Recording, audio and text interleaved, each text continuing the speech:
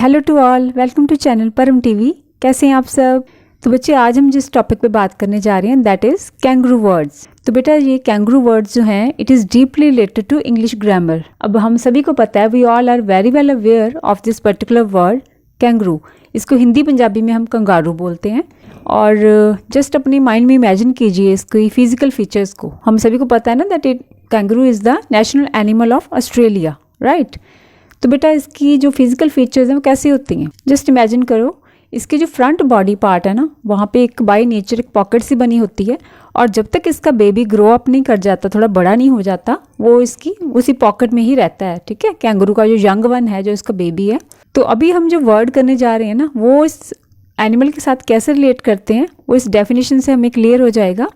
सो without any delay इसकी definition देख लेते हैं हम। A kangaroo word is a that particular word whose meaning is same as the whole word is meant। तो बच्चे मान लो हमारे पास एक वर्ड है, उसमें से हमने 3, 4 या मान लो इवन 5 लेटर्स हमने पिक कर लिए। कोई भी उसमें से रैंडमली हमने कुछ लेटर्स हमने पिक कर लिए और एक न्यू वर्ड फॉर्म किया। हमने एक न्यू वर्ड की फॉर्मेशन हुई, तो जो उस न्यू वर्ड का मीनिंग होगा ना वो सेम होगा जो उस पूरे वर्ड का मीनिंग है।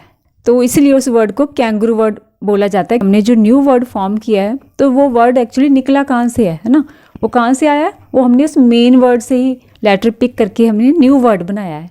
So that is why it is pronounced as kangaroo word. तो दूसरी डेफिनेशन है, यहाँ से आपको क्लियर कट आइडिया हो जाएगा।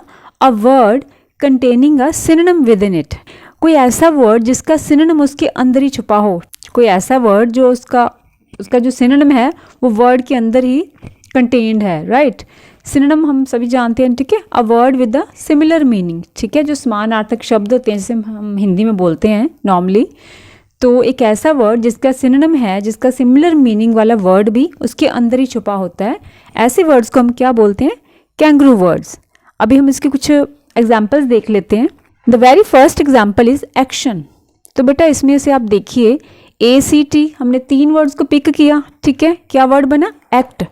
अब एक्ट का मीनिंग भी सेम ही होता है, ठीक है, कुछ काम करना, एक्शन लेना, ठीक है। एक्शन और एक्ट दोनों का मीनिंग सेम है। यहाँ जो हमने लिखा है ACT, ये हमने 3 वर्ड कहाँ से पिक किए?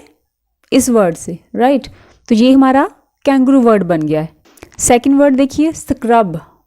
यहाँ से हमने 3 वर्ड पिक किए। RUB, रब, रब करना, कुछ रगड़ना, ठीक है, जैसे स्क्रबर होता है ना किचन में हम नॉर्मली यूज़ करते हैं। तो ये हमने तीनों लेटर यहाँ से पिक किए, एक न्यू वर्ड फॉर्म हुआ, लेकिन इनका मीनिंग सेम रहेगा, ठीक है ना, क्योंकि ये कैंगरू वर्ड है। ये वर्ड इसी में से निकाल के ही हमने बनाए हैं ना। Now the third one is container. Container में से हमने 2 वर्ड फॉर्म किए, CAN कैन और TIN टिन। कैन हम जैसे यूज़ करते हैं और टिन कुछ प्रोडक्ट्स आते हैं जो टिन पैक्ड होते हैं, तो दोनों का मीनिंग सेम है, कंटेनर का भी और कैन का भी और टिन का भी। जैसे कोक और पेप्सी के कैन आते हैं, राइट। अब आगे आ गया प्लेटर। अब प्लेटर का मीनिंग भी सेम है और प्लेट का मीनिंग भी सेम है। प्लेट वर्ड बनाने के लिए हमने जो लेटर पिक किए, चूज़ किए, वो लेटर हमने सब कहाँ से लिए? इसी वर्ड से लिए। अब दोनों का मीनिंग सेम है, थाली जैसे हम हिंदी में बोलते हैं। उसके बाद आ गया हमारे पास ब्लॉसम। अब ब्लॉसम का मीनिंग भी खिलना और ब्लूम का मीनिंग भी खिलना, BLOOM। ये ब्लूम वर्ड के लिए वी हैव पिक्ड 5 लेटर्स, और ये 5 लेटर्स हमने कहाँ से पिक किए? इसी वर्ड से। दोनों का मीनिंग सेम रहेगा। Actually there are countless kangaroo words in English language. यहाँ हमने आपको थोड़ा इसका कॉन्सेप्ट को क्लियर करने के लिए मैंने 5-6 लेटर्स यहाँ पे एग्जाम्पल के लिए रखे हैं। अब नेक्स्ट वर्ड देखिए बच्चे, चिकन, ठीक है। यहाँ से हमने चिक वर्ड लिया, उसके आगे HEN, यहाँ से 3 लेटर पिक कर लिए, तो हैन भी बन गया हमारे पास, राइट।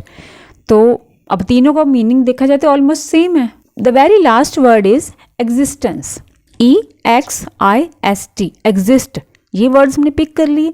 अब एग्जिस्ट का मीनिंग भी सेम है जो इस पूरे वर्ड का मीनिंग है, ठीक है। एग्जिस्ट होता है किसी चीज़ की, किसी पर्सन की मौजूदगी, तो हिंदी में हम बोलते हैं होंद, ठीक है, वजूद होना किसी चीज़ का। तो ये सारे वर्ड्स बेटा, ये सारे वर्ड्स किस कैटेगरी में आते हैं? They fall under the category of kangaroo words. Okay बच्चे, दैट्स ऑल फॉर टुडे। तो मिलते हैं नेक्स्ट वीडियो में। See you soon, till then God bless.